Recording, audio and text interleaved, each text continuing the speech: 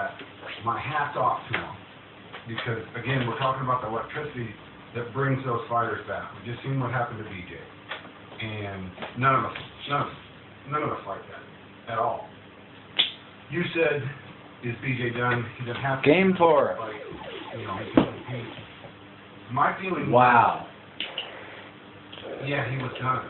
But Look at that. he lost to a killer. A dud. There's a few duds. I guess that's real.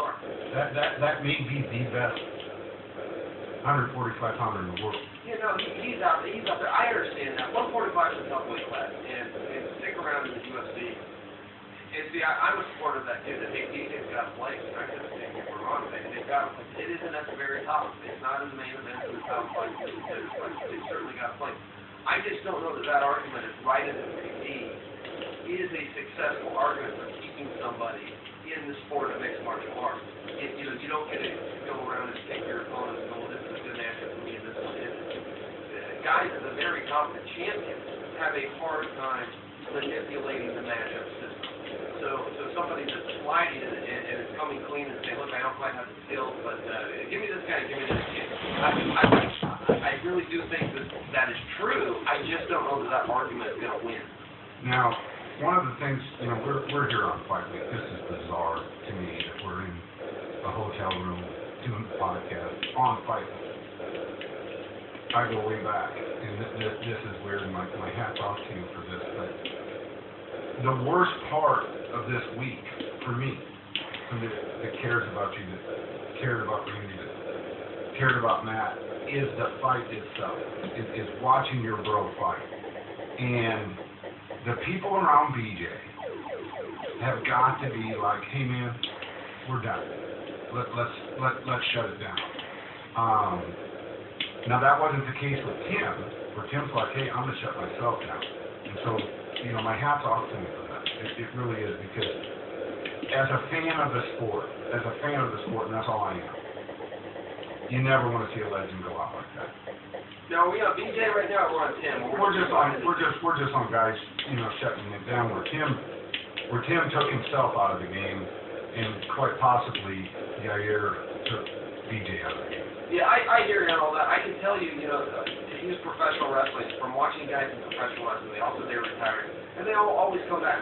They run out of money. Whether it's our old buddy Ric Flair, on down, they need that paycheck. They overspend. And the only wrestler that I know of that stepped aside and meant it from day one, and everybody knew he meant it, was Shawn Michaels. And he's been offered $1 million to come back to WrestleMania as recently as this year in 2017 in Orlando, which is right around the corner, and he said no. Now, he might make an appearance, he might walk out there, he might cut an interview, but he's not doing another match. I guess my point is just that, yeah, retirement is a very tough thing.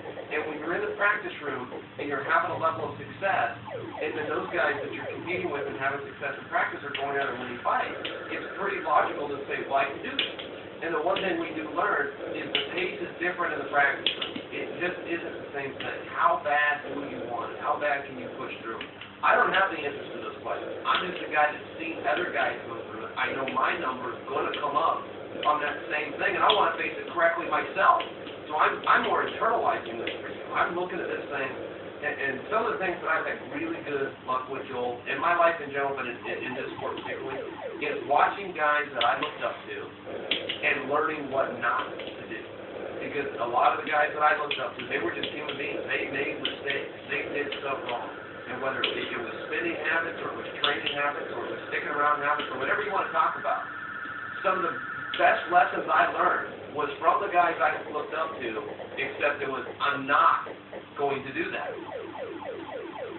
We had TJ on the show last week, and that was a great show, and he was fired up, and there's good news for Mr. TJ.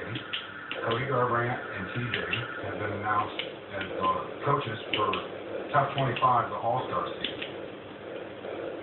Now we got the fight. Now we don't have to worry about that. we have Which that. TJ knew. TJ was holding back on. Hey, did you say How do something you know? about Danny Castillo, by the way? Because he weighed in on you on Twitter a couple of times.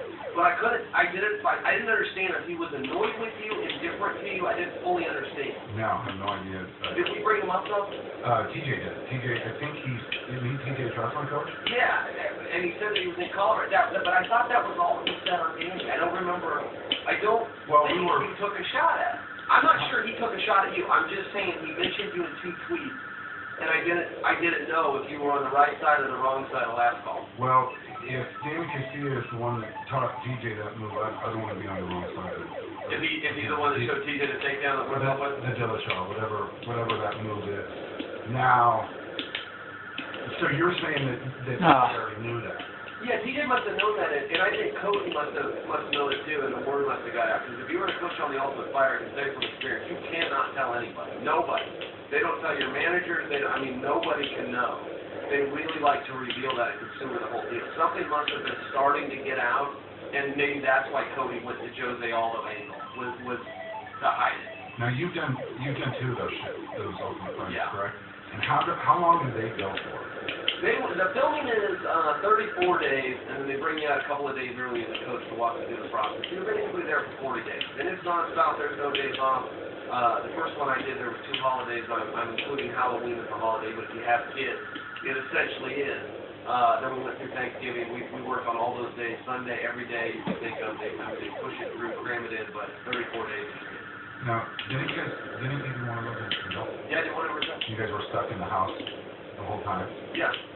So, I was stuck in traffic the whole time. Miss Brittany was stuck in the Miss Brittany was now again. I want to paint this picture for because this is, you're sitting in your row. It's 10 o'clock at night. We got Miss B. She's tired. She's chilling, and we're doing a podcast. This is hats off to you for doing this. Man. The only reason I came is because your crazy ass was going to do this anyway. And I was like, God damn it, he's going to do it all this. I appreciate your commitment to the grind, but a moment ago you were asking about the Ultimate Fighter Brazil, and then you went into the hotel. Oh, Did you have a I did. Now, wasn't Miss B basically hostage at the house because you had basically disrespected an entire country for over 2 years, and it wasn't safe for her to go? Yeah, well, it wasn't safe for either. Here was the deal. Yeah, so we went into hostile territory, and that almost seems like a distant thought now. But yes, it was. You got to understand, Brazil has 200 million people. Come on. 80 million people in Brazil watched Anderson Silva fight Vitor Belfort. So almost half of the population, if you could even imagine that. Now, the number 1 sport in Brazil is soccer, but the number 2 sport is MMA. So it wasn't like doing something in America and flying under the radar and one guy in the local supermarket recognized it. It's not like that there. So when we went over, we had armed security, we had a bulletproof car, and then security would also stay the night in the house. We had one guy in the house with a gun downstairs while we slept upstairs, and one guy outside on the porch with a gun 24 hours a day. There was other parts of the trip where we would have a 3-man security crew. So, yeah, to paint you a picture, it was an hour drive from where we stayed to where the set was in Sao Paulo. And some days it would be worse than that. Traffic in Brazil. That's it. Best score you get. 4 cars that were out of gas. They have Not by much, but it's my best. in Brazil that goes around and gets stranded cars. So imagine being in traffic. There's the Atari. 4 out-of-gas cars. We drive around in traffic for hours. There'd never be a wreck. But then there'd be some car out of gas. They'd be over. It was just really tough to get around. So this is what I did. I sat in traffic all day, got to the set, did the show all day, and then I would get home and use